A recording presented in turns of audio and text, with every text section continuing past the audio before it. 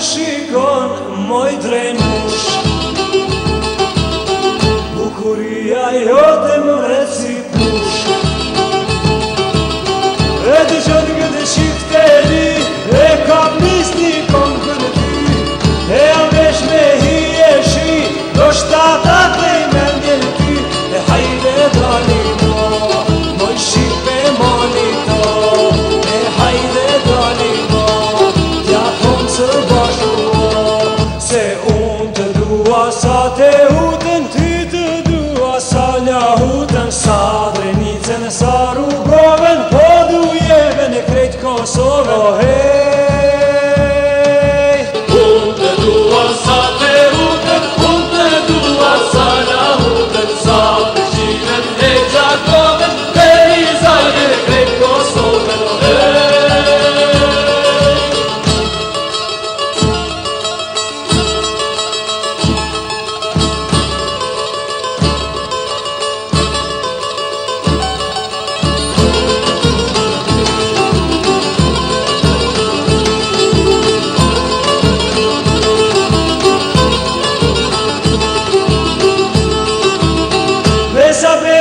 Besën ta kam dham,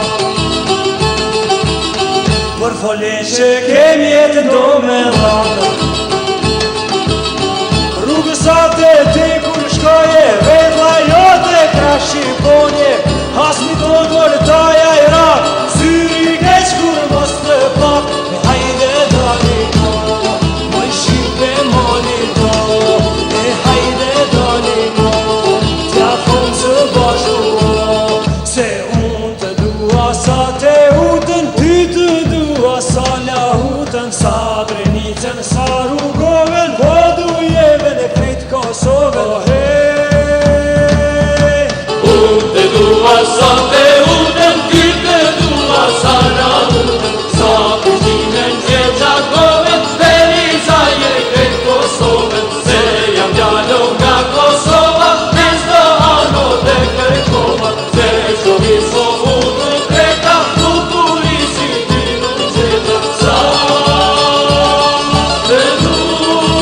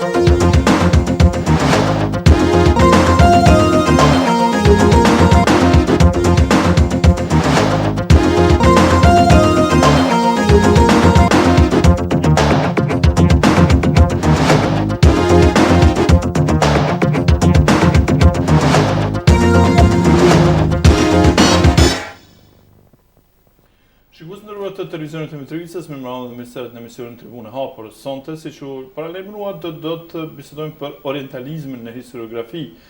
Musafir në studio është një studiues i historisë politike në Universitetin e Stambollit, Fatlum Sadiku, Mirëmbrëma profesor, mirë se u gjej.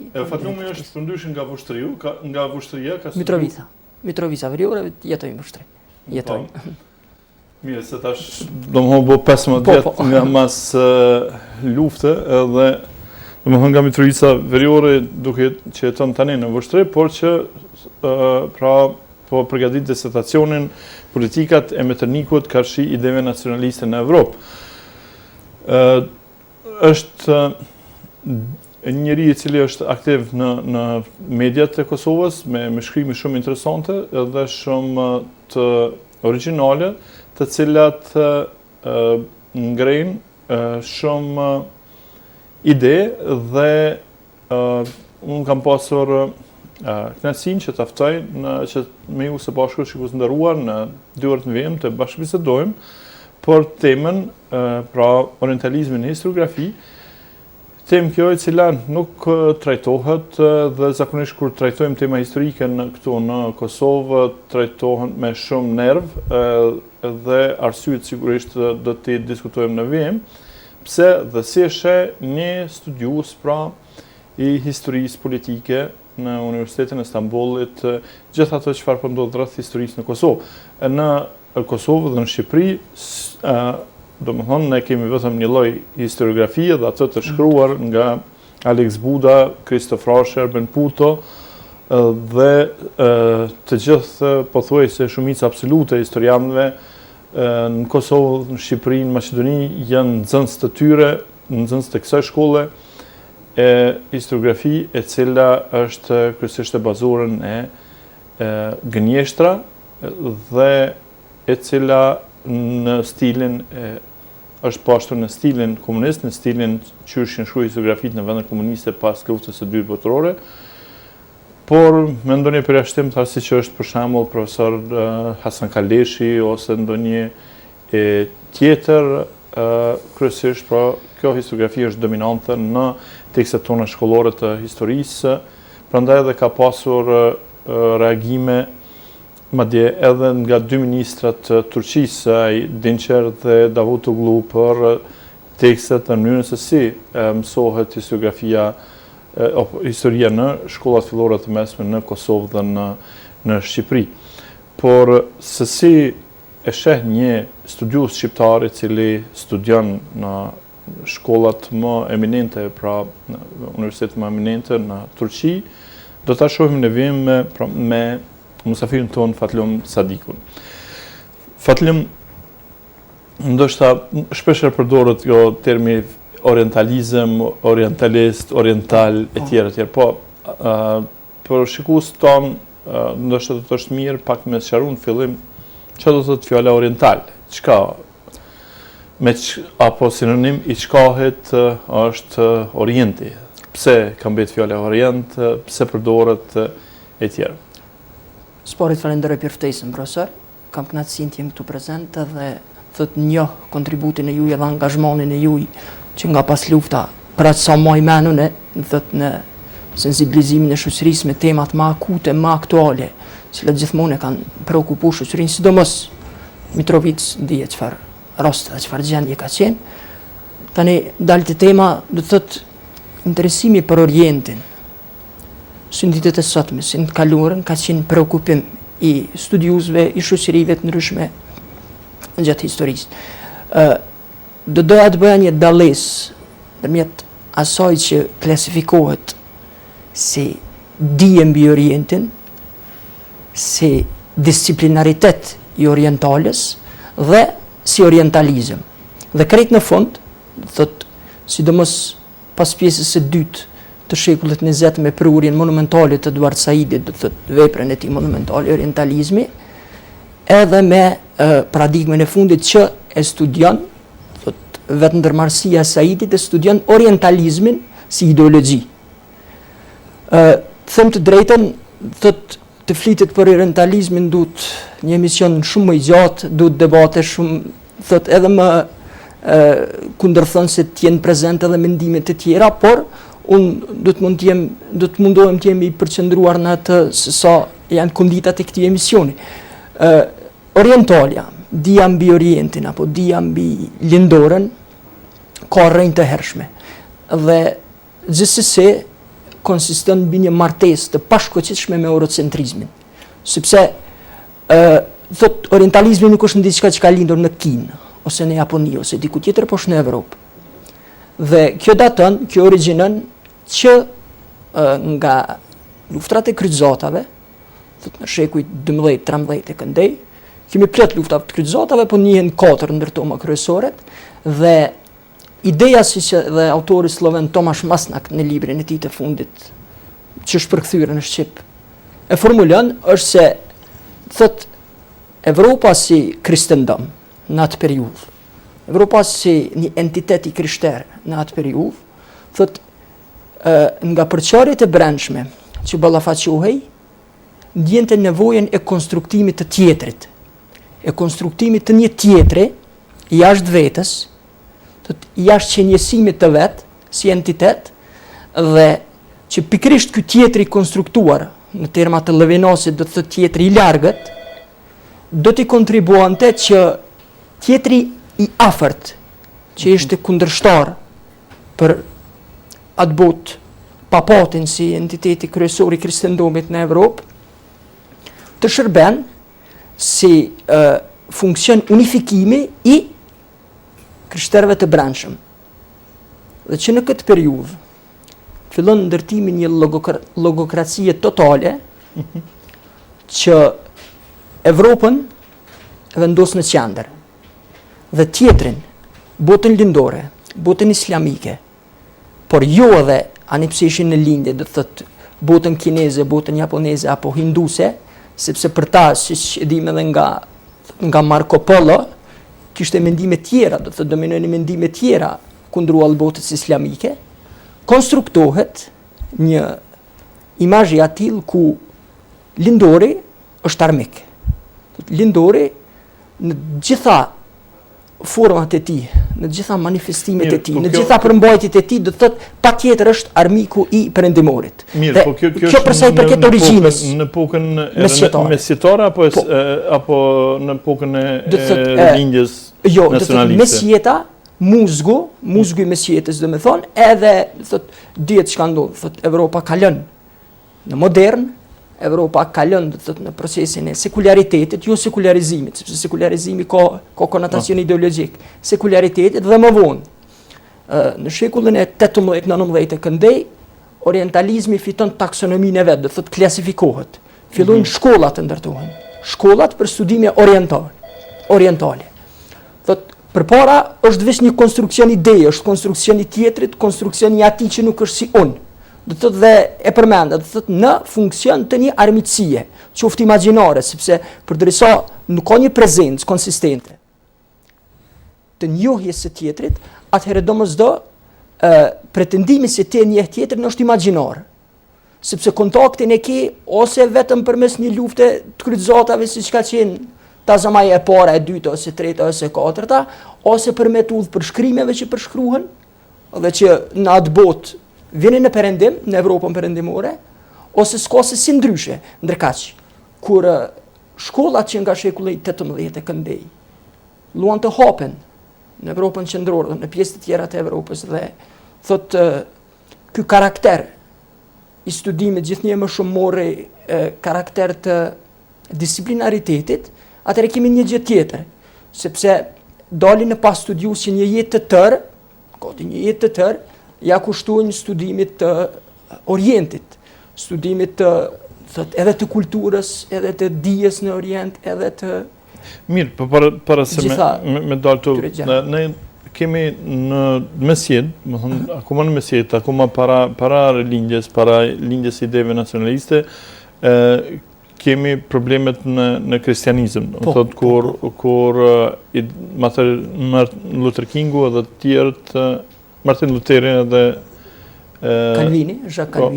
Calvini e tjerë paraqiten me idetë e tyre për reformimin e kishës katolike, por ato shumë studius, mesin e cilë dhe Alija Izetbegović që qunë që çka në fakt është protestanizmi, kalvinizmi, janë vetëm impakti islamit në kristianizëm. A mundesh pak me, domethënë të pak me elaboru këto, pse dhe në çfarë mënyre Islami impakton domethënë në kristianizëm, kur në këtë periudhë dhe si sa mund të ndihen domethënë kjo influencë në këtë kohë duke pasur parasysh që kontakti ka qenë përmes kryqëzatave, ka qenë përmes luftës, ka qenë përmes urrejtjes së tjetër dhe çfarë Izetbegović e quajm të që Evropa përfitoi pikërisht nga ky, sepse tani domethënë civilizimin botëror udhëheq bota protestante, domethënë nuk e udhëheq Islami sikur në shekujt 19-12 e tjerë, bota po mendoj Islame, po udhëheq bota protestante, Amerika, vendet skandinave, Anglia e tjerë. Pas zbulimeve gjeografike ato gjë. E tjera, por në fakt domethënë ndoshta kjo koincidon, por gjithsesi, domethënë ata që tani udhëheqin civilizimin botëror bëjnë nga kjo sferë, nga si domethënë e shpjegoni këtë impakt, këtë influencë.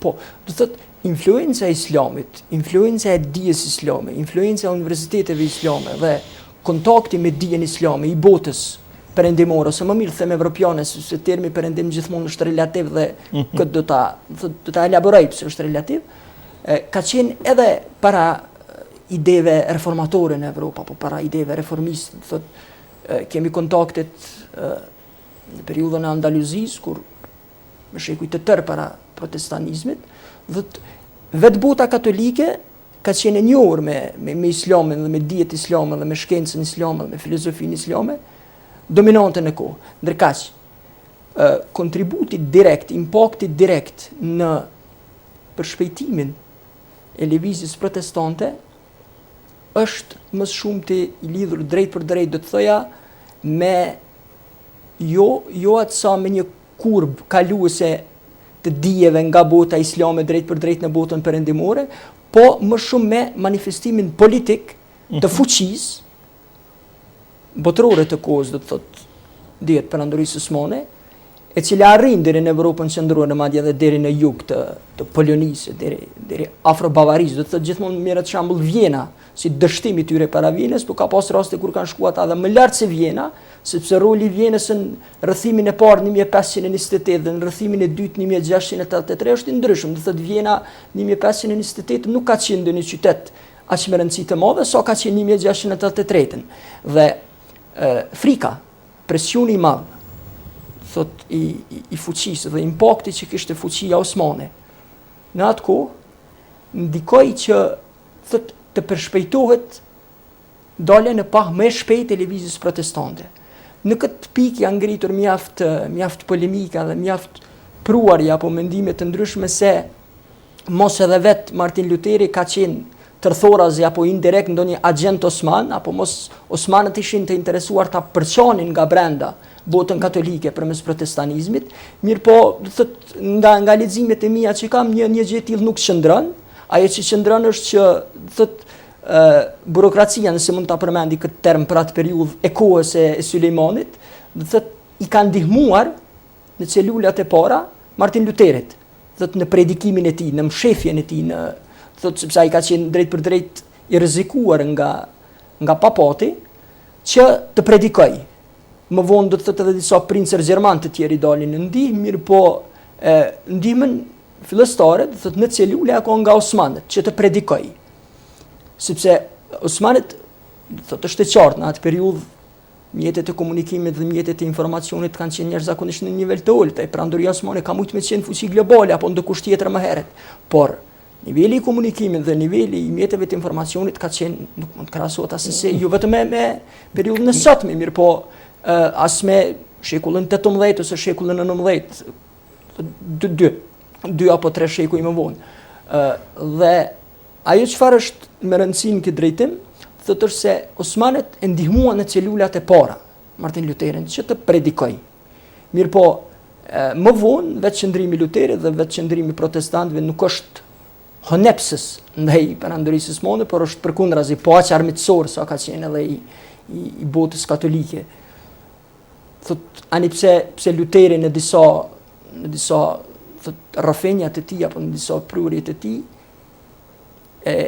i spjegon anët pozitive dhe anët tolerante të perandorisë osmane, por në momente tjera thot atëso ishte edhe i mlefosur ndaj papatit, thot se osmanët janë kërbaqi i Zotit për papën, thot, sepse papa ka deviju, papa do të shkojë në ferr dhe osmanët apo turqit, sepse në leksikun e kohës protestant, thot bota evropiane, osmanët herë identifikonte si skith, herë identifikonte skith janë një popull turkik kaukazian, shumë më i hershëm, mirë po herë identifikonte pra si skith, herë si turq, thot si një nësot, mirë po dihet në kuptimin origjinar, nocioni turk apo termi turk, ka pas krit kuptim jo vleror dhe jo gjithëpërfshirës në ato kohra deri në periudhën e lindjes Republikës Turke, deri në periudhën Ataturkut. Mirë po, ata që identifikonin osmanët si skith apo si turq ishin pikërisht evropianët.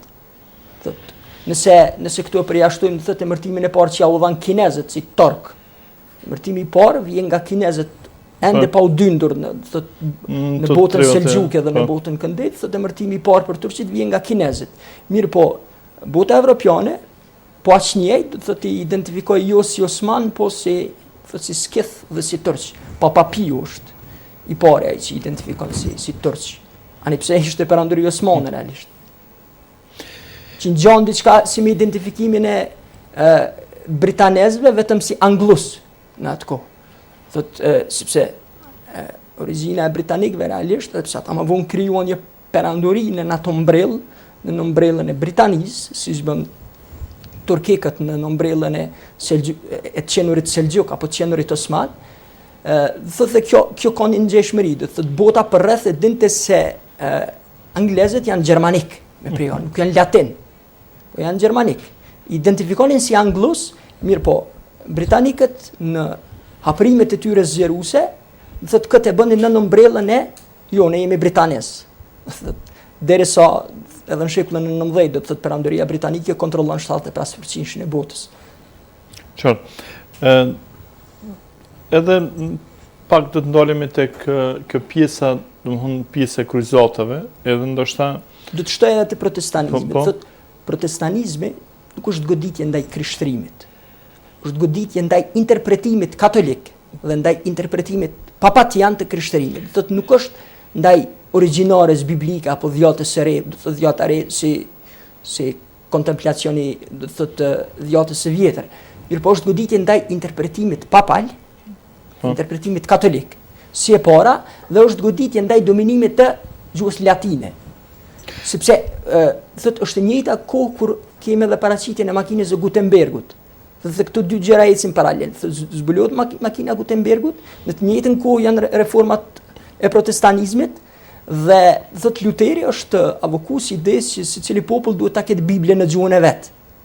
Po, dhe kjo sigurisht domethënë që e ka godet papatin, klerikalizmin dhe gjuhën latine. Është por jo krishtrimin. Një uvertyrë ndoshta në periudhën e lindjes së kombëve. Po. Me vetë faktin që ai domethënë e shmang dominimin e latinishtes, e shmang dominimin e papës, protestanizmi domethënë si ide në reformën e vet pranon tërthorazi, jo drejt për drejt, domethënë pranon disa vlera islame në mënyrë. Po. Edhe kjo në mënyrë të tërthart, jo drejt për drejt, dhe kjo natyrisht që ishte një lloj i reformimit e kristian dhe kjo gjë solli edhe natyrisht i solli botën protestante që të jetë dominuese, ndërkohë që bota islame ishte po mendoj në përmbysje sipër nga pushtimi i Bagdadit nga tatarët. Do të thotë kanë qenë shumë më herët. Por gjithsesi ai kur një perandori ngritet i vyn shumë shekuj edhe për mëra, se nuk zbret çka shkallaj.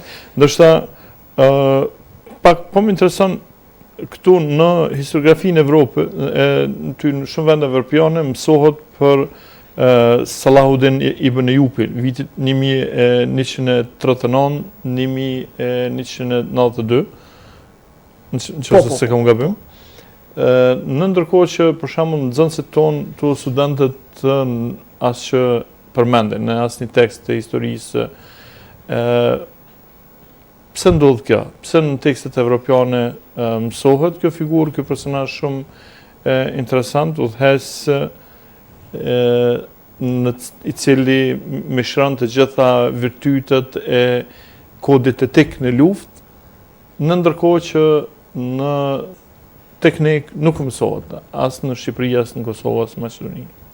Po, tani zbresim edhe më drejt për drejt, do thotë në temë, kjo është diçka drejt për drejt e lidhur me metodologjinë dhe me epistemin e shkruajtjes së historiografisë tek shqiptarët në përgjithësi, edhe pse unë do të bëja një dallëz, do të thotë nga historiografia shqiptare tek ajo kosovare, dhe pse thotë ekziston një lidhje drejt për drejt e cila fillon që nga lufta e dytë botërore këndej, fillon me gjermanët, do thotë me pushtetin fashist që ishte i vendosur në atë kohë, që 77% të pothuajse atyre trevave që në atë kohë banën shqiptarët i kooptuan dhe i bashkuan, thotë ai krijesa kohën e Gjaferdevës, Recep Mitrovicës ato.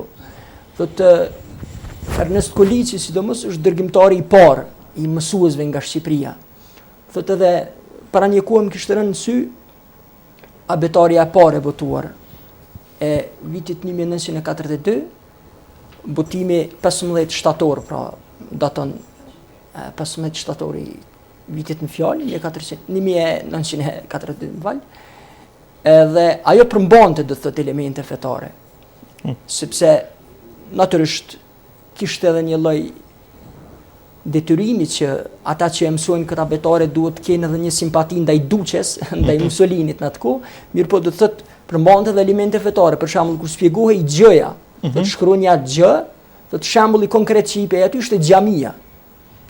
Po, pra gjë, e mëson nxënësi që duhet ta mësonte shkruanjen gjë, thotë e mësonte me shembullin konkret neologjik, gjë, xhamia, ose z, Zoti, do thotë ishte i përmendur sepse thotë lidhjet e fashizmit apo ideologjisë fashiste me fen janë interesante dhe janë komplekse. Po të ishte, do thotë, komunizëm, natyrisht se zatën edhe u dëshmua, do thotë në komunizëm totalisht fetaria u shlye nga literaturat, mirë po në atë abetare që e kam parë, madje do ta përmendja dhe emrin e atij që e mban akoma një abetare të kohës së tij, është Ymer Xerxa nga rrethina e Gjakovës diku atje, thotë ai ka abetare në asaj kohe dhe ka elemente fetare.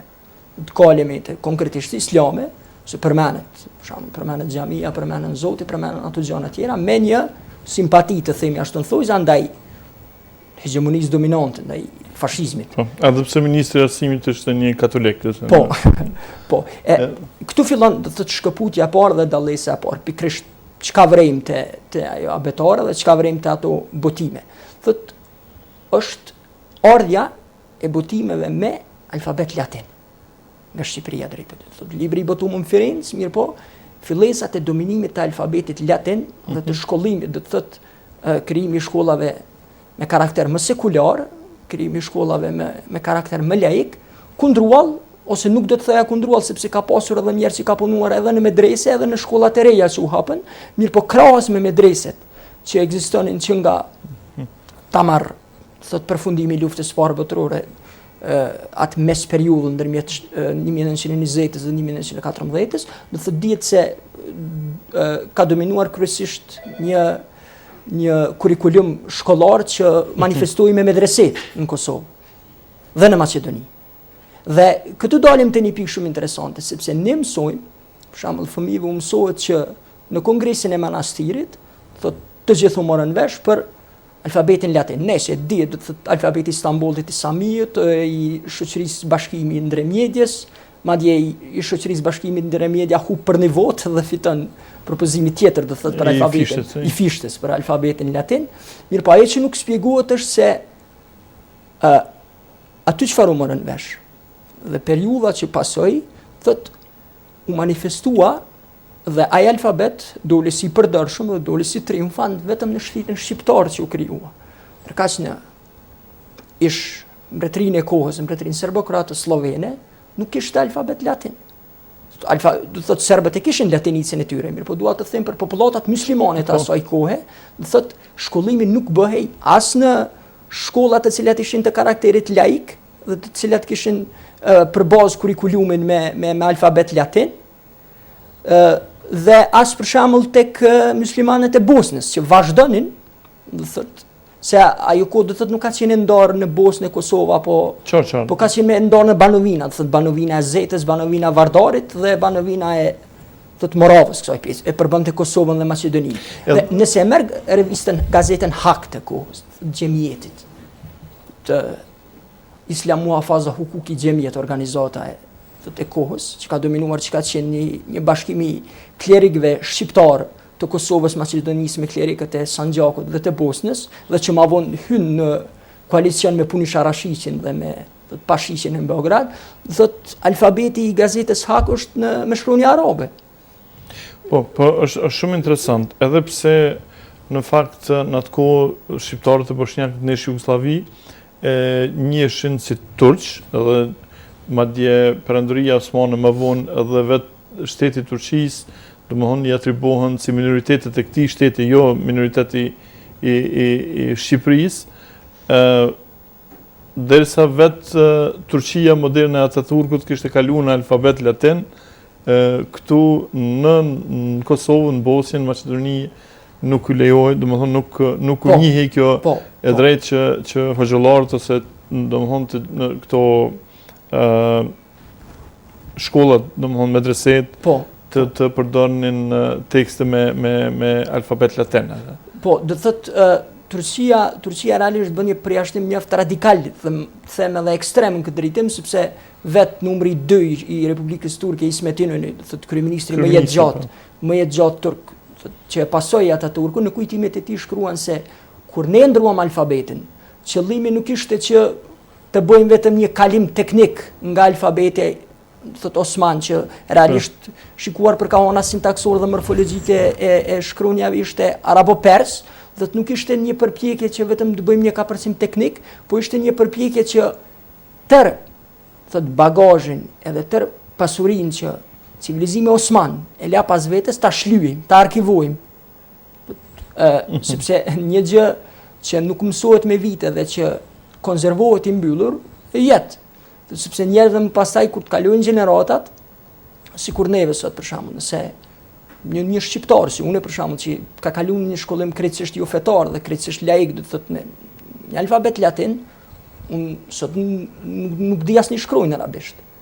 Po doj ta mësoj një dokument ose sot që jam prezent në Stamboll, po doj njëri si unë ta vizitoj arkiven e Stambollit, i duhet të ndjek kurset osmanishtes, i duhet të thotë një humbje kohe mjaft e madhe që të nxjerr diçka nga fillimi. Sa është e gjallë osmanishtja, domethënë është në rrezik domethënë për mu harru, apo ka mjaft studiues të cilët e gjenerojnë domethënë dhe e njohin osmanishtën? Po, osmanishtën domethënë ka interesim, ka madje mund të themi se tash ka sidomos për periudhën Ozallit e këndej, thotë në Turqi, ka një interesim mjaft madh për osmanishtën, periudha republikane. A është çdo historian në Turqi i obliguar me mësu osmanishtën? Po, nga shkolla e mesme mësohet si lanë zgjedhore për atë sa kam informacion. Studentët e historisë kanë të obliguar.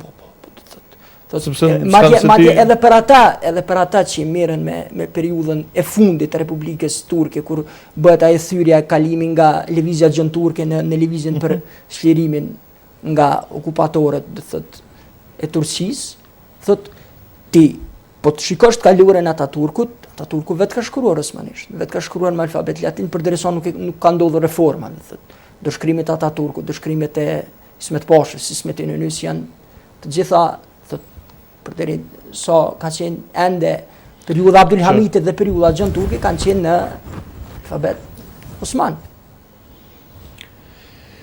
Mirë, tash do të kthejmë pak temës bazë domethënë për orientalizmin në historinë tonë, në historinë e Kosovës. qysh manifestohet orientalizmi në historiografinë e Kosovës? Po, do të ndalesh atë të historiku ku veç filluam dhe të mos e devijojmë temën. Do të thotë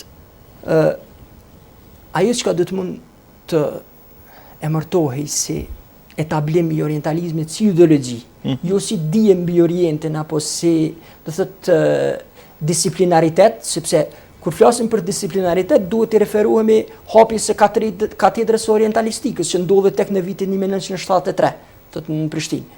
Mirë po, orientalizmi si ideologji në shërbim të interesit shtetëror jugoslav fillon që me përfundimin e luftës dytë botërore në Kosovë, dhe tani vim të një pikë interesante. Çka trashëgoi sistemi, respektivisht rotacioni apo mund të themi dhe revolucioni që u bë nga rënja fashizmit dhe kalimin e socializëm, respektivisht çka trashëgoi sistemi socialist si i ri nga paradigma që solli sistemi fashist. Thash, sistemi fashist solli paradigmën e re të literaturës me alfabet latin dhe të shkollave me karakter më sekular krahas manifestimit shkollar që qëndronte në një rënone, që ishin medreset. Do thot ja trasoi rrugën sistemi fashist sistemit socialist në këtë drejtim. Sepse alfabetin latin e vazhdoi edhe sistemi socialist. Shkollimin sekular e vazhdoi sistemi socialist. Këtu janë bazat e orientalizmit si ideologji shtetërore, si ideologji që mëton që një burokraci të caktuar njerëzish ta kthej në njerëz të saj organik dhe në njerëz të besueshëm që shërbejnë vijës ideologjike të pushtetit. Thotë kjo ka ndodhur jo vetëm në Jugosllavi, por ka ndodhur edhe në Shqipëri, edhe kudo ku do thotë një ideologji shtetërore etablohet, sepse Republika Turke nuk ishte as socialiste as komuniste e versionit enverist, ishte do të thotë e versionit kemalist siç ja dha paradigmën Ataturku, po megjithatë ideologjia shtetërore është ajo që kërkon të ndërtojë një burokraci të atill ku kërkohet ndjekja, respektivisht ravizimi ideologjik konform sistemit dominant.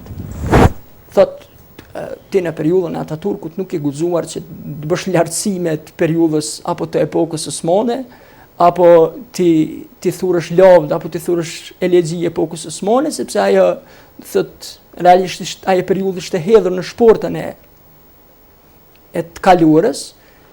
Perandoria osmane përshkruaj si një diçka që na ka lënë mbrapa, madje sot mund të hasësh kemalist kur ti thua se vije nga Kosova dhe edhe në Kosovë dhe në Ballkan ka një traditë osmane, ai ta kthen se unë kur nuk e kuptoj se çfarë kanë kërkuar osmanët atje. Pse kemi qëndruar këtu? Çu dash perandorisë osmane ai zgjerim i tillë. Janë këto konceptualitetet që koha, shpërlarja e trurit dhe gjërat e tjera e bëjnë.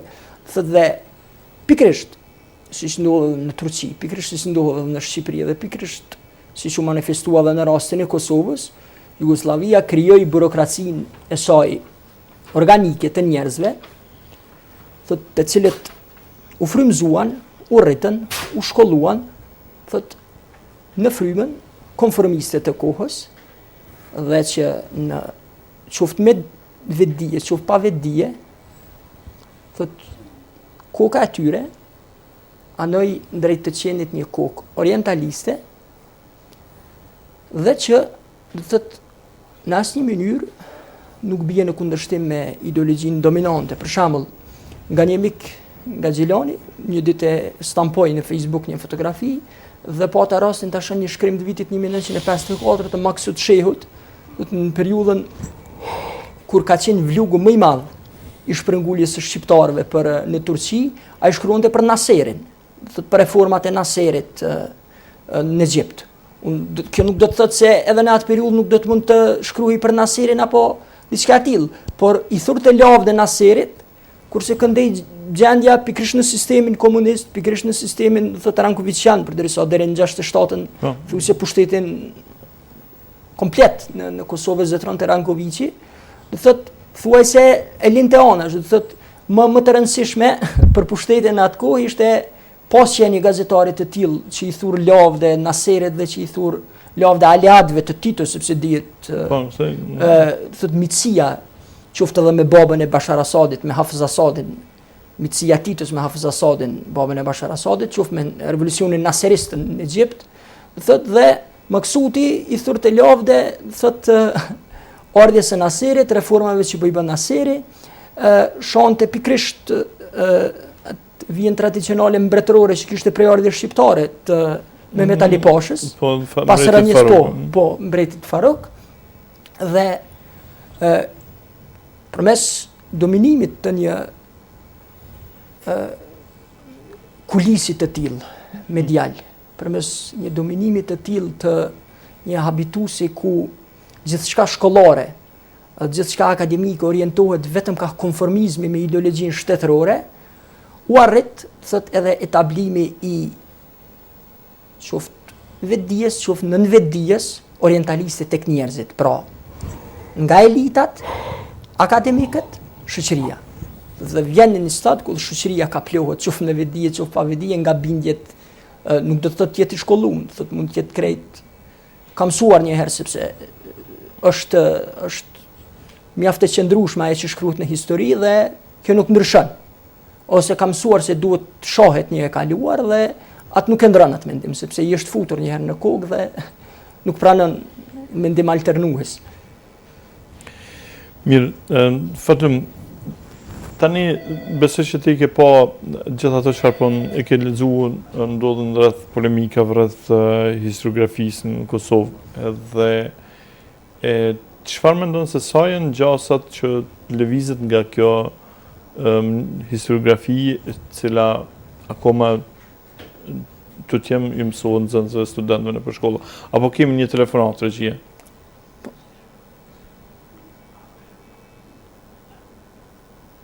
Alo? Mirë, po në linja atër dështoj, po vazhdo me të tje. Qëfar? Po, dhe me thonën, kam pas rastin të apreciel, dhe kërkesën turke që është bërë, dhe kërkesat e tjera që mund të vinë, pa ta pas rastin të lexoj te gazeta Jeta në Kosovë një gjetje, që në vitin 2003, ish PSSP-ja Shtajneri, kërkon pothuajse të njëjtën gjë, siç kërkuan edhe turqit, sepse turqit nuk kanë kërkuar revidimin ose ndryshimin ose diçka të tillë të historisë, po të thënieve thjesht vulgare që dominojnë në historiografi. Dhe të tilla çfarë kanë qenë më njëherë mas luftën ndaj serbëve, sepse thotë gjakrat kanë qenë shumë nxehtë mas luftës dhe botimet e para të librit shkollor të shtëpisë botuese kanë qenë me një tonalitet mjaft armiqësor ndaj serbëve dhe çfarë ndodh ndërhyn Shtajneri. Thotë largojini këto sepse këto janë të rënda. Dhe se janë të rënda dhe se janë psikologjikisht mjaft shqetësuese, sidomos për një nxënës që është në klasën e 2 fillore ose në klasën e 3 fillore, kam pasur rastin ta shoh edhe vet. Do thotë nëse një nxënësi në klasën e 8, do thotë në klasën e 2 fillore ose 3 fillore ti ja shkruan masakrat e llahtarshme serbe, do të psikologjia e tij është potencialisht në rrezik. Përzgjedhja e leksikut, përzgjedhja e gjuhës, përzgjedhja e fjalorit që duhet shkruhet në histori, duhet kaloj ka një profesionalizëm. Mirë, tani po kyçim një telefonat, televizionin të rrisur nëni.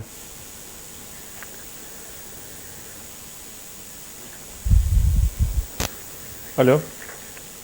Me mama, unë veç deshta me bo një pyqje, po? Se është e vërtet se turqit në njohin njëve si inatgji. Si qka? Sepse kjo, zakonisht kur të shohim në media, e shohim këtë pyqje, dhe më thonë, edhe kisha dosh me përshëndes shumë edhe me atë fjallën letëzë, 3 pika, letëzë. Faleminderit, natën e mirë. Faleminderit. Inatgji, me sa mundja me dëgju, është një idiom që dominon që nga periudha osmane ku thot shqiptarët çka i kërkohet në atë kohë, thot ka marrë për shembull nga ti një gjesend. Vetëm ka marrë telefonin. I thua ama, shqiptari refuzon.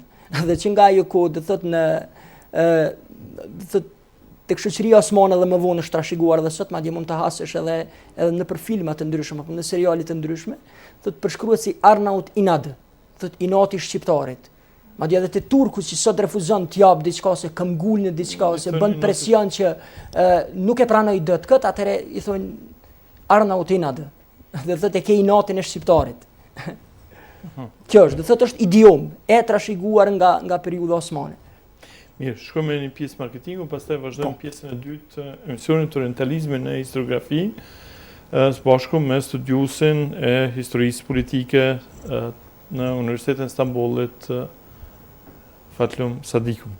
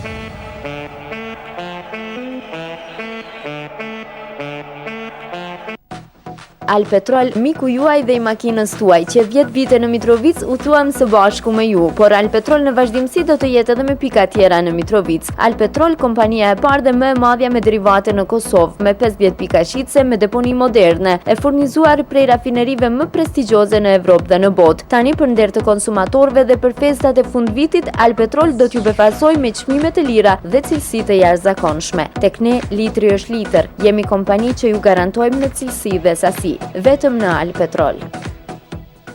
Mirë se vini në hipermarketin Bamex, hipermarketi i parë dhe më i furnizuari në Mitrovic dhe rajon. Vizitoni kopshtin prallor të hipermarketit Bamex. Furnizohuni tek ne me ushqime të lloj-llojshme, mishra, brumra, prodhime qumshti, pemë perime, artikuj higienik, teknik të bardh, tepih, tavolina e komoda nga më të ndryshmet, kozmetik nga brendet më të njohura, tekstil e veshmbathje për të gjitha moshat nga moda e fundit, abazhure, dekorime si dhe këndi i lojrave për fëmijë, parkingu i garantuar për veturën tuaj në çdo kohë dhe restoran Krapi që ofron meny të begatshme dhe ambient të përshtatshëm për dasma dhe ahengje. Ky është hipermarketi Bamex. Të gjitha në një vend. Ne nuk jemi të vetmit, por jemi më të mirët. Hipermarketi Bamex Mitrovic. Ndërmarrja ndërtimore tregtare shërbyese Zarishi ka filluar ndërtimin e kompleksit afarist banesor Diari në Vushtre. Kompleksi i përmban mbi 350 banesa, lokalet afariste, garazhat me sipërfaqe prej 80 are, qerr dhe kopsh, hapësirë për edukim fetar, hapësirë gjelbrimi, kënd për lojra dhe rekreacion, rrymë dhe ujë 24 orë. Nëse bleni banesë në kompleksin Diari, ju do të paguani vetëm 30% të shumës totale me rastin e kontraktimit, ndërsa pjesa e mbetur prej 70% do të paguhet me koste prej 10 viteve pa kamar.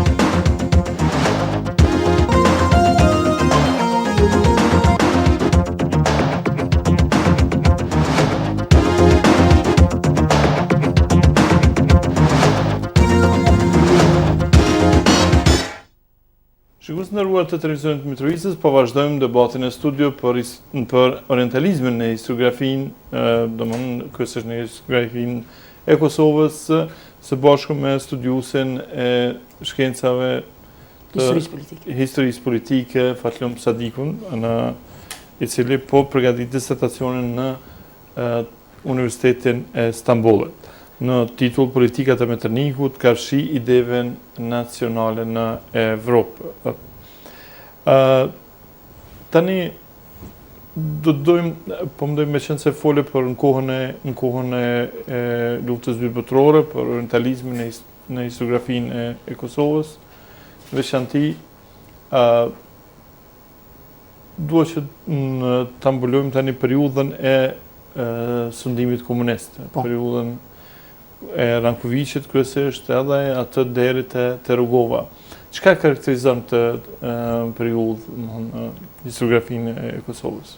Do thot post trashëgimisë që përmenda, do thot legacionit fashist që la pas vetes, kurikulumin me alfabet latin dhe shkollat më sekulare krahas me tepeve dhe medreseve, do të thot me etablimin e ideologjisë zyrtare të sistemit jugoslav, fillon edhe ndërtimi i kujtesës kolektive për popull që ishin pjesë asoj kreature të ri politike.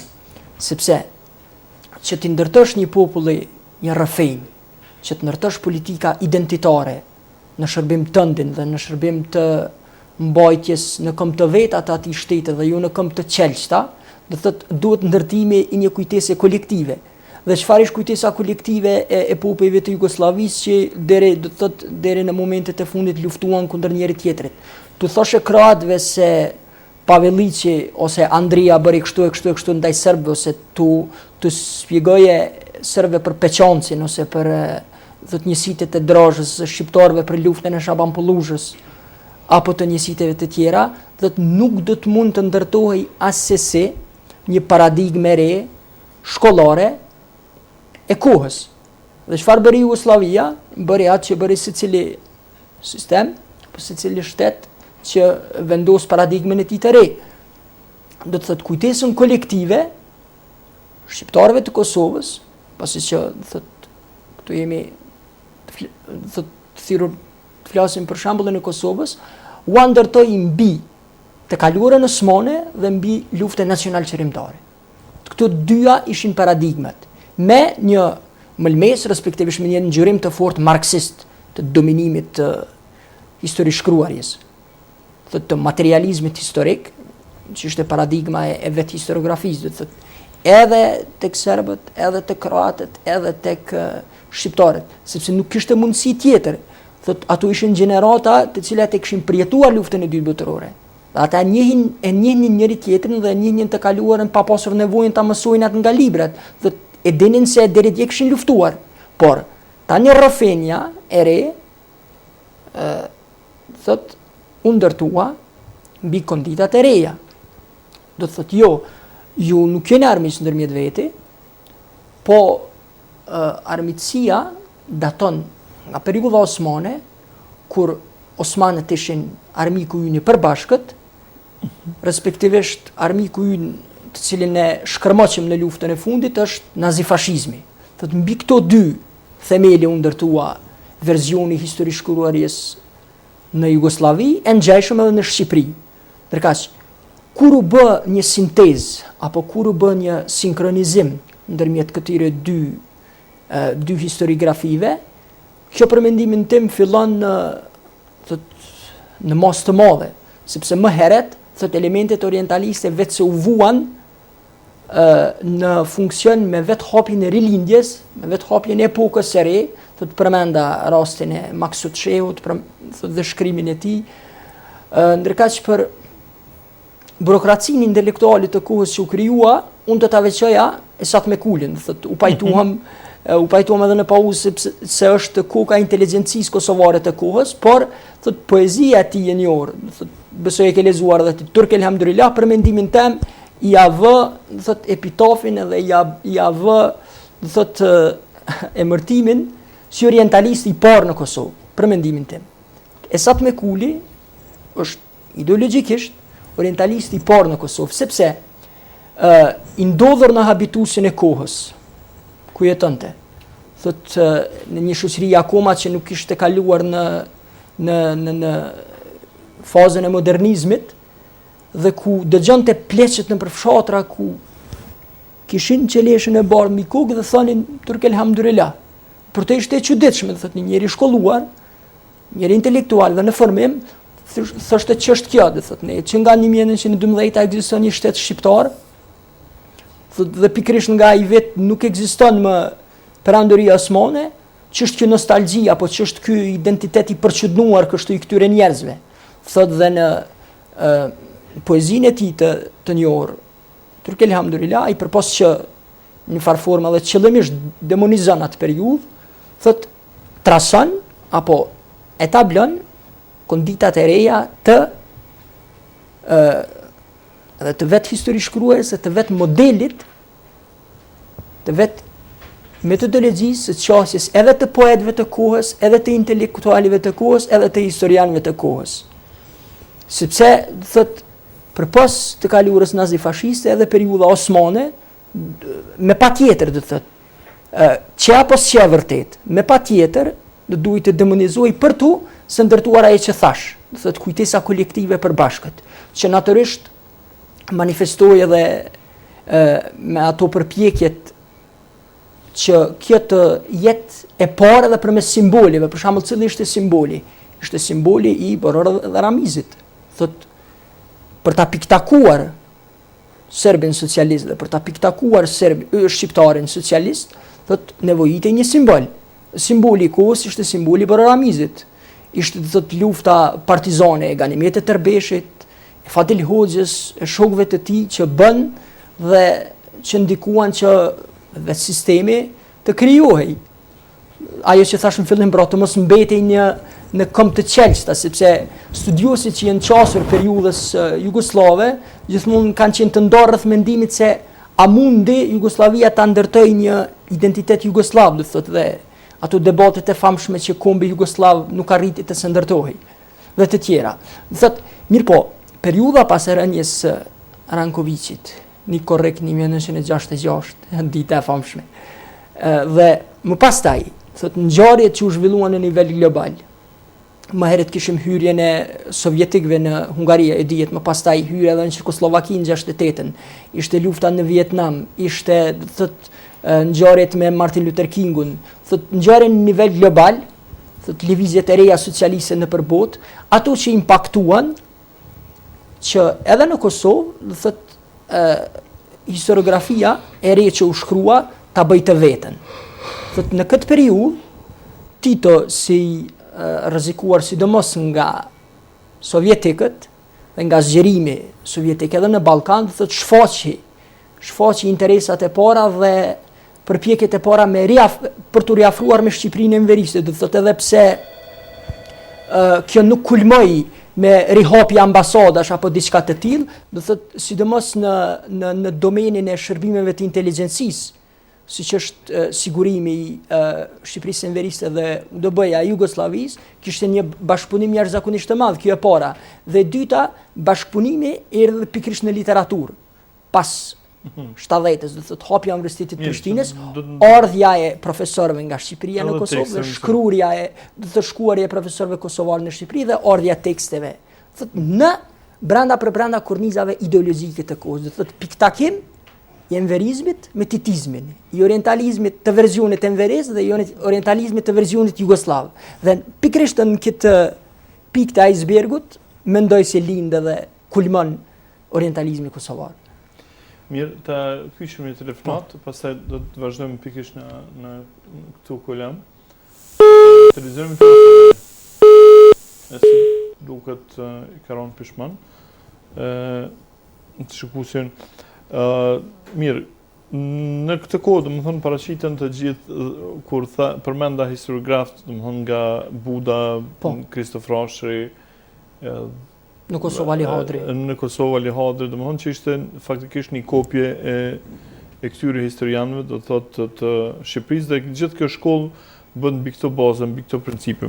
Megjithatë, një përjashtim bën një historian që vinte jo nga Kosova, nga Shqipëria, po nga Maqedonia, Hasan Kaleshi. Po. Çfarë mendon për të, meqenëse se ishte edhe një pyetje këtu nga shikues tonë për Hasan Kaleshin si historian? Po, roli ti mendoj se, edhe pse kur përmenda dhe bëra fjalë për disciplinaritetin të orientales, apo manifestimin si disciplinaritet, përmenda se për ta quajtur studimin e orientales apo studimin e lindores, sepse gjithnjë kur them orientale, mendjen e kam tek lindja, sepse orientale nuk kupton lindje. Studimi orientalis nuk kupton studimin e lindjes, studimin e kulturave lindore, studimin e civilizimeve lindore. Nëse nuk ka qenë kjo në fillim e qartë, po e bëj tani të qartë, studimi orientalis është studimi lindores.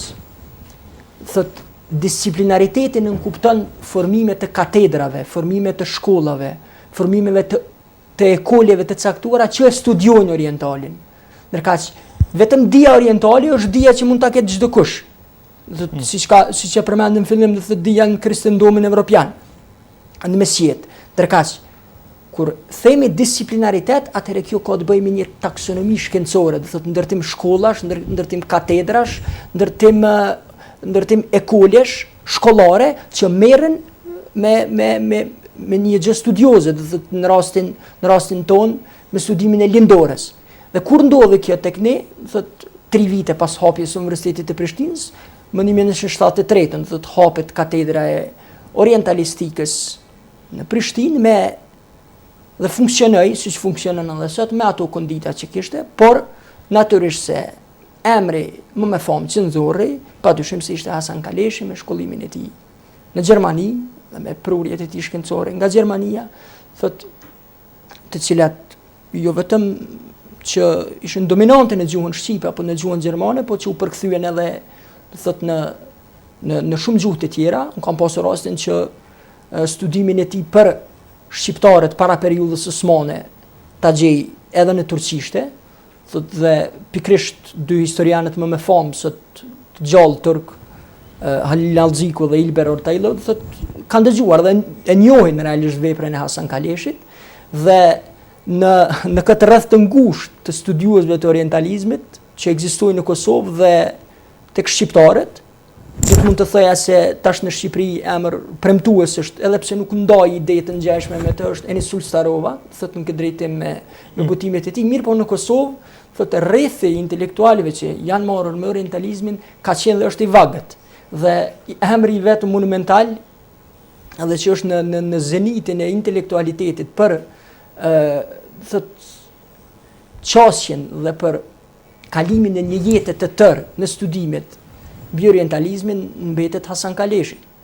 Thotë edhe Lubonja që deri thotë Hasan Kaleshi zoti nuk është fort i njohur në Shqipëri.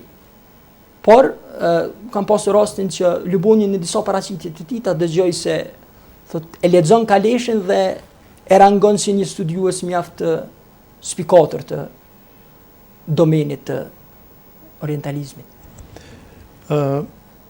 Mirë, tani në këtë periudhë, domethënë në periudhën e kur ju përmendë arrin pikun, domethënë kulminacionin, vazhdimimi i orientalizmit, Enverist edhe Titist, dhe kur në fakt kemi këtë produktin e këtyre sot që kemi të mësues të historisë, profesorët të historisë, edhe këta mësues që mësojnë në shkolla fillore që thonë Skënderbeu ka luftuar për çështje kombëtare.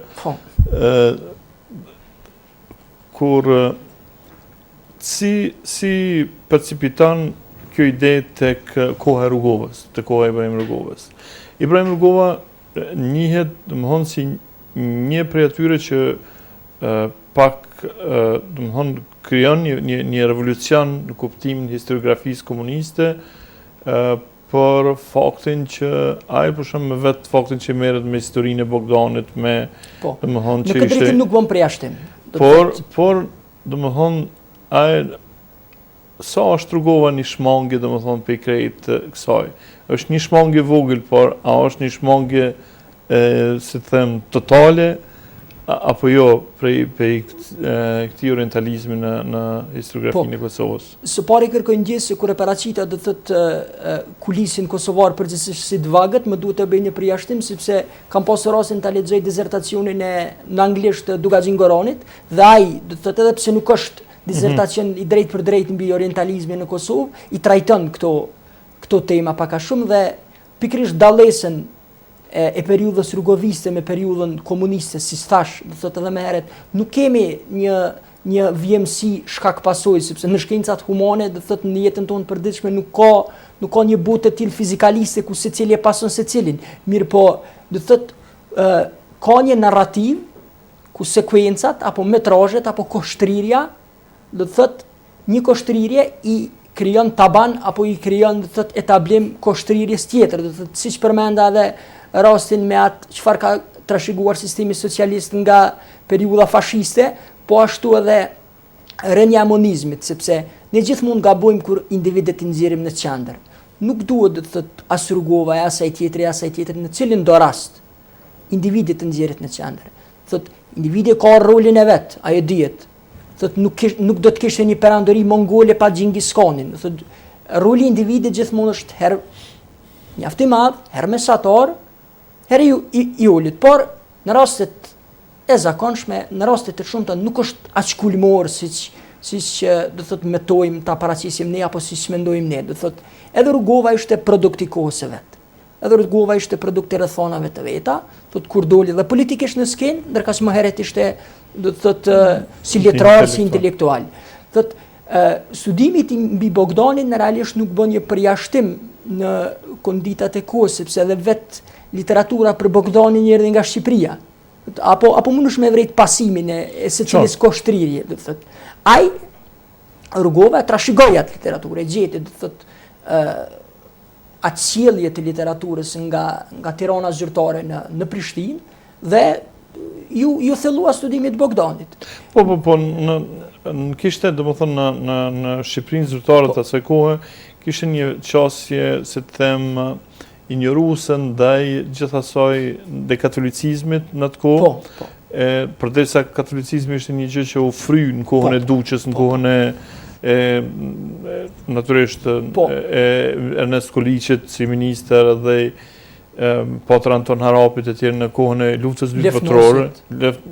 Lefnosi ishte ortodoks, por megjithatë, domethënë ishte pati një farë lloj lulëzimi, do të thotë ajo, si të them, fryma katolike në mendsinë shqiptare, për shkak rrethonave politike, gjatë kohës komunizmit, kjo në mënyrë me vetë përndjekjen e prejtëve katolik, me vetë përndjekjen ndalimin e fishtes, me vetë, domethënë, edhe në këtë antologjin e letërsi shqipe të Dhimit të Shtëriqit, ku përmende Budi, Bogdani, Bozuku e tjerë, ishin shumë përciptazi dhe në një mënyrë studimi rrugovës ma tepër bën të kthim në, do të thosha, ishte një kthim në orientalizmin e kohës së luftës parakomunist, luftës dytë botërore, se sa një tejkalim i orientalizmit do të thotë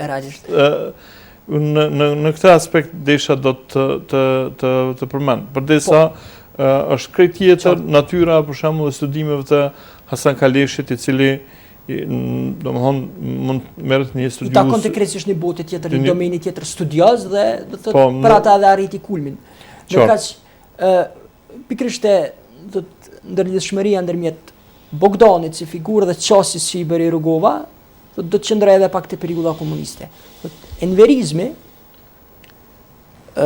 ajo përndjekja që i bëri klerit katolik është më së vërtetë, do të thotë, si klerit katolik si ati musliman si ortodoks, nuk bëret shumë përjashtime, do të thotë, u shpall shtet ateiste dhe ai e dihet çka ndodhi pastaj. Mirë po, thotë, të gjitha figurat, historia enveriste, historia nacional komuniste i instrumentalizoi, do të thotë.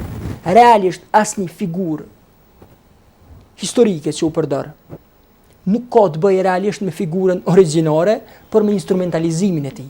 U instrumentalizua dhe Skënderbeu, instrumentalizua dhe Pjetër Bogdani, edhe Isa Boletini, edhe Hasan Prishtina deri vonë është madje historia enveriste nuk e ka konsideruar, do thotë si figurë të rëndësishme, po e ka kontestuar, ndërkas më vonë fillojnë disa ndryshime. Instrumentalizuar. Po, ndërkas tek rasti i Bogdanit do ta bëja krahasimin me Haxhi Shamilin. Do thotë kryengritja e Haxhi Shamilit ka qenë në shikuar, sepse Kollakovski, një autor polak, thotë se ka shumë versione të interpretimit të marksizmit dhe marksistët janë të prirë që do thotë të japin interpretime të ndryshme. Ndoshta ndonjë marksist tjetër, po të ishte në vend të Enverit, kryengritjen e Haxhi Shamilit do ta cilësonte si reaksionare. Por çfarë bën Enver Hoxha? Dhe pushteti i tij që kishte, sepse realisht në periudhën në atë kohë historiografinë e bënte Enver Hoxha. Çfarë bëri Enver Hoxha?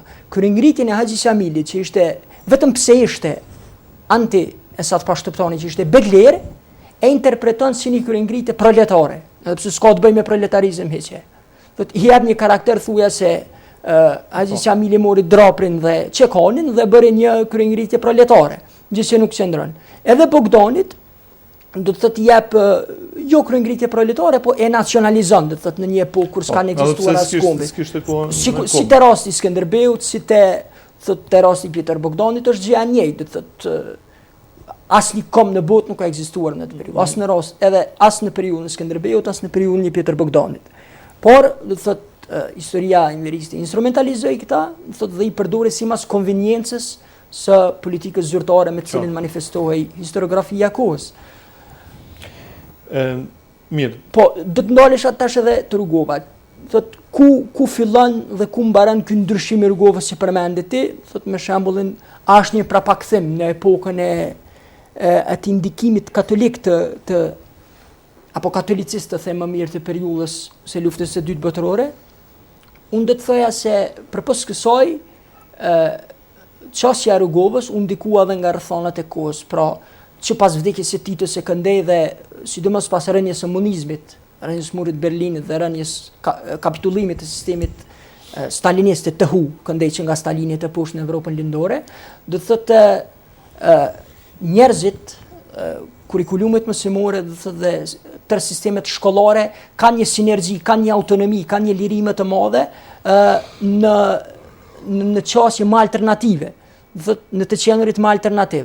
Dhe nëse Pjetër Bogdani përdorej si që përdorej në epokën komuniste, si në rastin kosovar, si në rastin shqiptar, Rugova e mori atë më origjinarisht, do të thotë, e potencoi identitetin e tij krishter, potencoi, do të thotë, pikërisht kohën në të cilin ka jetuar, mirë po, çfarë nuk bëri përjashtim Rugova, është sepse edhe Rugova tentoi që kryengritjes së Bogdanit jap mbëlmesë kombëtare, kjo nuk qëndron. Thotë, Rugova largoi atë mbëlmesën të cilin ja kishte japur periudha enveriste dhe periudha, do të thotë, e manifestuar edhe në Kosovë. Por e ngriti në një piedestal, do të thotë, ku piktakohen, gjithnjë sipas tij, do të thotë, edhe figura kombëtare, diçka krejtësisht e paqëndrueshme, por edhe figura rezistente fetare e kohës, do të thotë, bashkohet me Piccolominin, me Gustav Badenin, me kryengritjen e thotë që sponsorizojnë austro-hungarezët. Thotë, një mendim të tillë jashtëzakonisht më të theksuar se sa në rastin e Rugovës kemi të Arben Xhaferi. Thotë, Arben Xhaferi në replikën që jap Davutollut, thotë, ja bën të njëjtin cilësim, do thotë, kryengritjen e Pjetër Bogdanit gabimisht e interpreton si kryengritje kombëtare. Gjë që nuk është. Po, gjë që nuk është. Ishte kryengritje fetare e kohës. Thotë, sepse kemi dështimin e Osmanëve para Vjenës, dështimin e Kara Mustafait në marrjen e Vjenës, dhe kemi kundërofanzivën apo inkursionin e Piccolominit, do thotë. Ja kthen në një farforme dhe këta, thotë, vendasit ballkanas që ishin, thotë, e shfrytëzojnë dhe i bashkojnë Piccolominit apo Arsenie Cernovicit, që gjithashtu ishte bashkëpunëtor i Piccolominit, i Gustav Badenit dhe i inkurzantëve të tjerë në atë periudhë. Do thotë, betejë e Jentës për shembull, flasim për ose qellorizojnë Bogdanin, përkas nuk cekim që pikërisht në lumin Tisa të Hungarisë, në betejën e Zentës në 1697, 3000 pjesëtar shqiptar të forcave osmane në atë kohë që po përndiqeshin dhe po ktheheshin drejt lindjes, drejt territorit të tyre, u vran nga ushtria Piccolominit, nga ushtria austro-hungareze. Thotë, bëjmë përdorime të tilla në koshtririn e gjërave historike, thotë, përdorim të historisë. instrumentalizues të historisë. Është qartë kjo, po mendoj se që jep tendenca për me interpretue shumë nga lëvizjet para kombëtare. Tendenca kulminante të rrugova, të periudha rrugoviste është, sepse kemi një kapitullim të versioneve, jo të marksizmit, po të versioneve të stalinizmit dhe versioneve marksiste në Evropën lindore. Tani çfarë bëhet? Do thotë gjithnjë më shumë kemi një tendencë që komunizmi apo socializmi të paraqitet si lindor. Thotë si ideologji lindore, vetëm pse pati manifestim më shumë në lindje se sa në perëndim. Ndërkaq vetë komunizmi, vetë ideja komuniste është apo ideja socialiste është ide origjinare evropiane, dihet Marx Engels ku vepruan, Marx në Trier në Gjermani. Origjina etnike e tyre. Po, cila është origjina etnike e tyre, është thelbësisht ideologji evropiane, mirë po periudha për cilën po bëjmë fjalë të rrugoviste, më tën që ta spostoj dhe të bëj një piktakim, do të thotë e kaluara osmane, komunizmi dhe sidomos përderisa kemi edhe rritjen e cenit nacionalist dhe slavët tentojnë të paraqiten si lindor. Thotë Dugazini ka elaboru koxha mirë këto në tezën e tij, do thotë është hala prezente zotën kjo paradigmë. Periudha osmane, slavët dhe komunizmi janë lindor. Perëndimor do thotë janë e kaluara jonë katolike, gjë që do thotë është e vërtetë vetëm për një pjesë të popullatës në periudhën para osmane, sepse shumica ishin ortodoks dhe gjithçka që është thotë katolike apo protestante identifikohet me të qenurit evropian. Rruga për në Evropë thotë paraqitet e tillë që duhet të kaloj ka një paradigmë katolike apo një paradigme e apostazisë fetare apo do thotë shkojnë njerëzit deri tek ekstremet më të mëdha. Merret kjo, domethënë sepse me vetë domethënë në gjenezë, domethënë ky brumi historiografik që është krijuar që me lindjen e shtetit shqiptar, si një krijesë e Austro-Hungarisë, si një krijesë ku më në fund se në heq princi vet, edhe ku Ahmet Zogu nuk bën të ndonjë përjashtim, domethënë që ishte një poshtu një bëri taktizime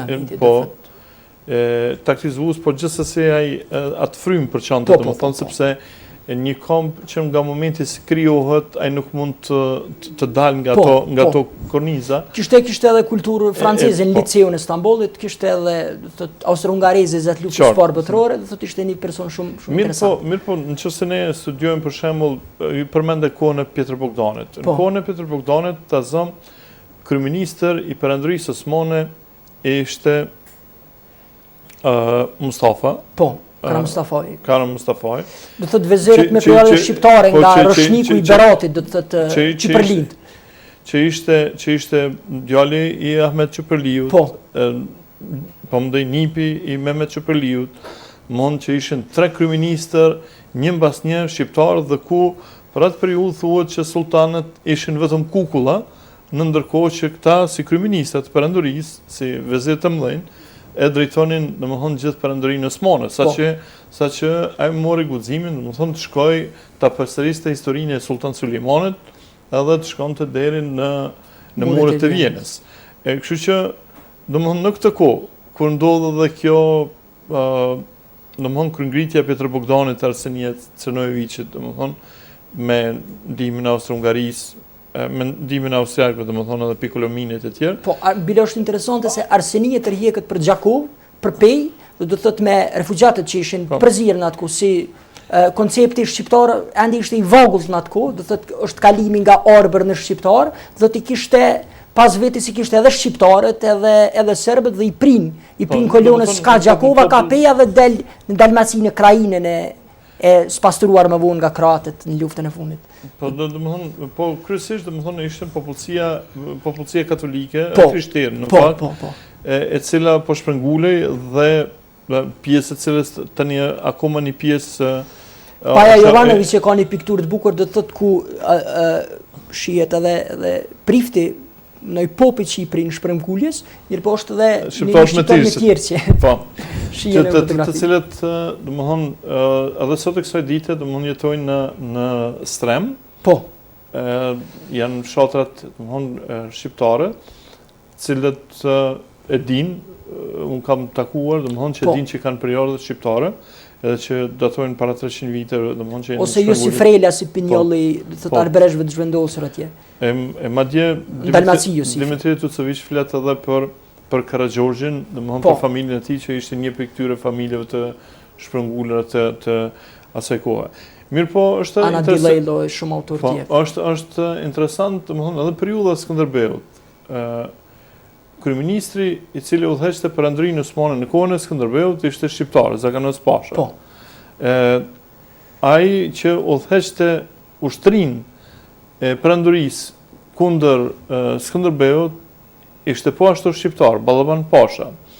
Dhe duke u nisur, domethënë nga kjo përbërje ku shumë tani ne nuk i kemi statistikat. Teknikisht do të thotë nuk ekzistonte emërtimi shqiptar, po do të thotë dihet origjina, do të thotë emërtoshin si Arnaut. Po në qoftë, domethënë jo, e kam fjalën këtu. Nuk i dim statistikat se sa shqiptarë tani përbënin për ushtrinë osmanët asaj kohe. Mirë po duke marrë parasysh që kryeministri shqiptar. Do të ky që ishin jeniçerët, dhe jeniçerët ishin të dominuar nga shqiptarët dhe nga bosnjakët, që do të thotë. Duke marrë parasysh që domethënë këtë fakt, duke marrë parasysh kryeministrin, duke marrë parasysh pashajnë kryesor që udhëheqte luftën, duke marrë parasysh që jeniçerët ishin pjesë përbërëse që përbërën nga shqiptarët.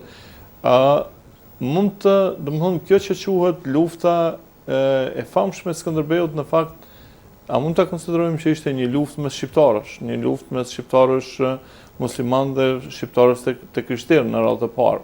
Po, së pari duke pasur parasysh se në atë kohë, domethënë nuk ekzistonte koncepti i kombit, nuk ekzistonte domethënë nuk ekzistonte afria ndjenja e afrisë së gjakut.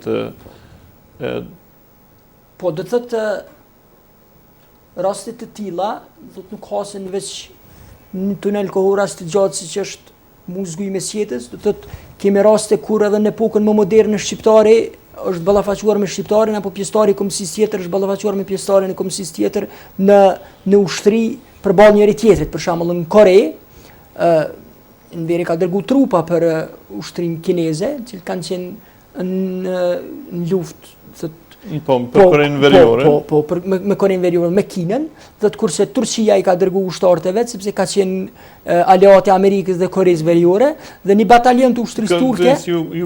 Po, e udhëheq në ushtarak, nuk e di gradën a generale, çka Tasin Yazici, shqiptar me periardhje nga manastiri, edhe do të thotë ai ka pasur disa shqiptar tjerë aty në batalion, edhe i bie që madje unë e shpreh kështu si Muhamar pika më larg ku shqiptari është ballafaquar me shqiptarin është Korea. Po. Të dy Kore, do të thotë. Aty shqiptarët që kanë qenë pjesëtar të ushtrisë turke dhe shqiptarët të dërguar nga sistemi hoxhist në përkrahje të Koreas Veriore dhe Kinës janë ballafaquar mes vete. Përkaq edhe ballafaqimi për cilën thotë po fliste i epokës së Skënderbeut ka qenë i tillë. Mirë, po çfarë ka bërë historiografia e kohës të asaj periudhe është se thotë identitetin osman të Skënderbeut që ai realisht e mori dhe që u fermsua në oborën kryesisht të shkollës së Hiçoglanëve në Perandorinë Osmane, thjesht e shlyen, e zhduk. Dhe më tën ta paraqes Skënderbeun do thotë që një vigan, që nga lindja i është shkruar në ballë se ky do të rezistonte dhe do ta bante atë luftë dhe nuk ka dyshim këtë pikë. Thotë ushtarakisht Skënderbeun e bën osmanët. Sepse edhe në kryengritjet që kishte për atë që quhej Haraçi Gjakut, do thotë marrjen e Skënderbeut apo të kusherinëve të tjerë ose që kryesisht bëheshin ndaj feudalëve ballkanas, thotë feudalit ballkanas tregueshin të pazot ndaj fuqisë së kohës.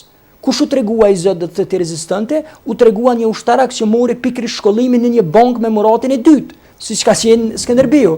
Po Skënderbeu ka pasur sultanin do thotë në shkollën e Hiçoglanëve në klasë brenda një ambienti. Dhe edhe unë thotë apo kushdo tjetër edhe ju ose kushdo tjetër po të jemi që nga mosha 9 vjeçare apo ku ta di pak më të rritur të shkolluar në Aviano apo në një bazë tjetër të NATO-s, thotë jemi të zot që kur ta vizitoj Kosovën apo ku ta di unë Clark apo kushdo tjetër, ti njohim elekuencat e truprujave të tij, thotë lëvizjeve të Clarkut, cila është siguria e automjeteve të blinduara që sjellin Clarkun në Kosovë dhe madje mund të bëjmë edhe atentat, jemi të fshehur, ne njohim terrenin më mirë dhe ndaj Clarkut mund të bëjmë atentat. Thotë efikasiteti i Skënderbeut për 25 vjet, do thotë pej mas ikjes nga Zllatica e Nishit e këndej. Do thotë i dedikohet shkollimit të Osman. Po, i dedikohet shkollimit të Osman, do thotë tërat aftësi. Do thotë unë asnjëherë nuk e mohoj, do thotë është një diçka e pranuar nga Linalgjiku edhe nga Ilber Ortayli edhe nga Kreqa. I rezistoi realisht Perandërisë Osmane dhe nuk ka asnjë dyshim që e bëri një rezistencë të tillë. Por të tëra aftësitë e marrura janë nga ajo e kaluar që u shkollua atje. Kjo si e para, ndërkaq ballafaqimi i kohës nuk ka se si të mërtohet ndryshe përpos se ballafaqim fetar.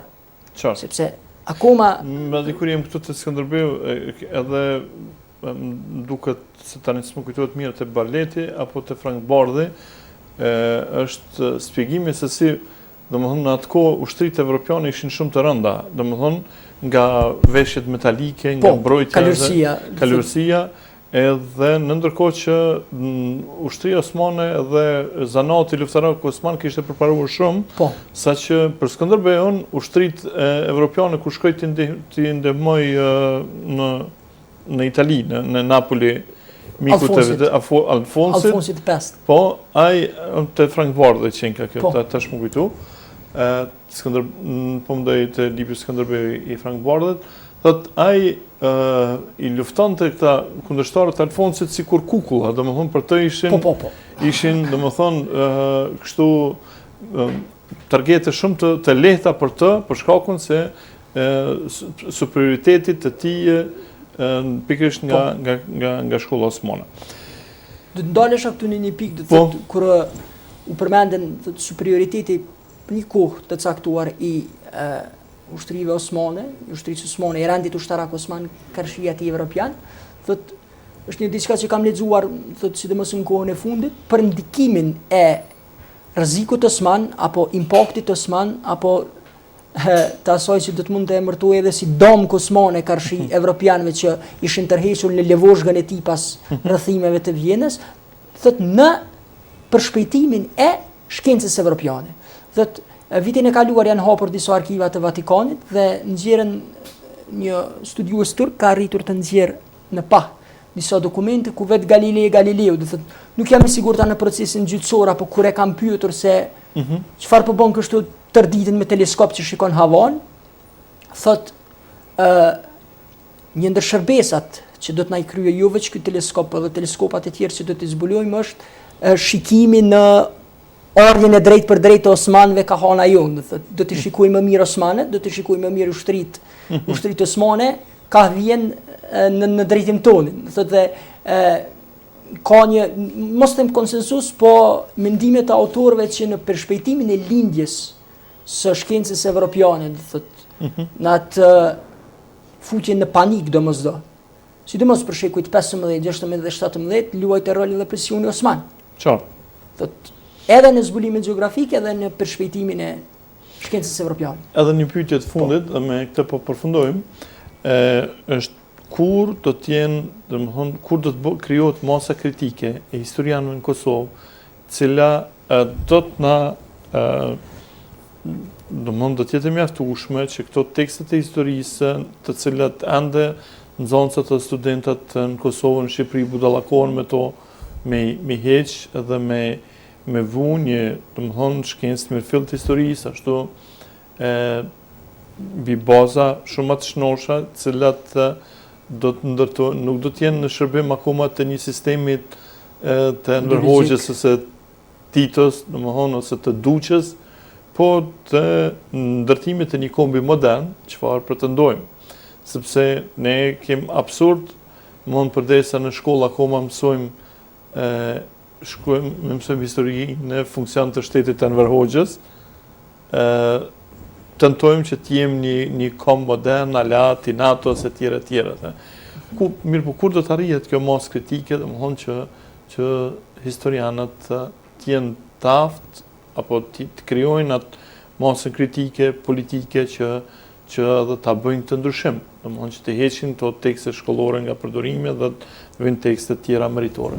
Po, të them të drejtën, do të thotë disa vite më herët kur isha pak më i ri dhe isha më ambicioz, kisha edhe vetë atë vullnetin dhe kërkoja edhe bashkëpunëtorë të tjerë që do të mund të më gjindeshin pikërisht në idetë që potencove në çuarjen përpara të vizioneve të tilla që jo ta lëm të kaluarën apo jo ta harrojmë të kaluarën, po ta shkruajmë historinë drejt, të qasemi metodologjikisht dhe epistemologjikisht studimit sa më të thellë të një histori objektive, por po flas gjithnjë nga këndvështrimi im personal, kam filluar të humb shpresat për një periudhë shumë, të mos them afatmesme, por afat gjatë, që gurt do të mund të lëvizin nga vendi, sepse gjërat po ecin në drejtim që nuk na japin shpresë.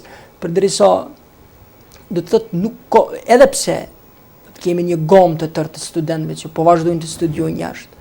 Unë vrej, do të thotë, edhe nga Gracia, edhe nga Evropa, edhe nga pjesë të tjera ndryshme të botës, ende ai subjektiviteti, do të thotë që një studiues Naumovic quhet ai, thotë të quan subjektiviteti dyfisht. Thotë nuk mund të lirohet studiuesi nga ai inercioni dhe nga ajo brenga se mos unë me këtë ndërmarrësi që mora, thotë objektive, po thëmbaj kombin tim, po thëmbaj të kaluarën time, duhet të jem gjithmonë besnik ndaj traditës, gjithmonë besnik nga thjesht me një fjalë, ata që na kanë shkruar historinë deri tash nuk kanë qenë budallënj, dhe kush jam unë që sot të bëj ndryshime, do thotë, dominon ai subjektivizmi. Për atë do të thotë edhe nuk kam shpresë. Realisht në një periudhë afatmesme ose afatgjatë. Do doja, sinqerisht do doja, por gjasat janë të pakta. E tëra do të thotë çfarë mund shpresohet është formimi kuliseve të reja studioze, formimi rrethave të tjera studioze, të studiuesve që vinë, sidomos nga Evropa, nga bota jashtme, nuk them vetëm nga Evropa, por edhe nga vende të tjera, kualiteti i universiteteve tek të cilat vende është natyrisht shumë më në nivel dhe më i lartë se sa i universiteteve të Prishtinës apo të Tiranës, pa tendencë në çmimi, por realiteti është në dukje, është pamor, shihet do thotë niveli i tyre dhe niveli evropian, dhe e vetmja shpresë është të gjeneratat e reja dhe të generoziteti i tyre për të pruar, për të sjellur diçka të re në pa. Po. Atëherë, Fatlum Sadiku, faleminderit për pjesëmarrjen në këtë emision që kushtëruar të televizionit të Mitrovicës, pra ishte ky emision Tribune e hapur në temën orientalizmi në historiografinë e Kosovës, ku mysafir studiuesi i shkencave të historisë politike në Universitetin e Stambollit, cili pritet ta bëjë tani gati disertacionin, ta përfundoj për politikat e Meternikut, karshi ideve nacionaliste në Evropë, Fatlum Sadiku. Faleminderit profesor për ftesën, ishte kënaqësi ime. Shikues nderuar, nga unë në shpresim pa ju, natën e mirë dhe miropafshim në emisione tjera.